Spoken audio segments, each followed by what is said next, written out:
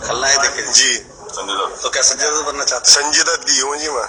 10 अक्टूबर रात के 10 बजे बल्लू तुम्हारी जेल से फरार। अच्छा, जैसे जेल से जब तुम भागे तो क्या पहले से कह के भागे थे कि भाई मुझे मैं जो है ना अपनी जेल के अंदर अपने क्या नाम है बैरिंग के अंदर 3 दिन पहले कह दिया था मैं ना कस्टडी से भाग जाऊंगा मैं।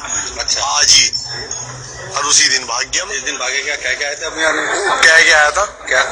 मैंने कहा भाग जाऊंगा आज जेल नहीं आने का, उसी दिन भाग गया मैं।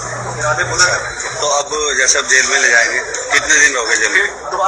मुश्किल से 6 महीने बाद फिर हवा भाई। अच्छा, मतलब इन्हें मारना है लेकिन यहाँ से नहीं, बाहर के मुकदमे मेरे पास। अच्छा, जब आज ये इन्होंने पकड़ा तो क्या फायर किस पे किया था तुमने? इंस्पेक्टर साहब पे। क्यों है क्यों? बस मर्जी थी मेरी, हूँ मुझे पकड़ने के चक्कर में। अच्छा।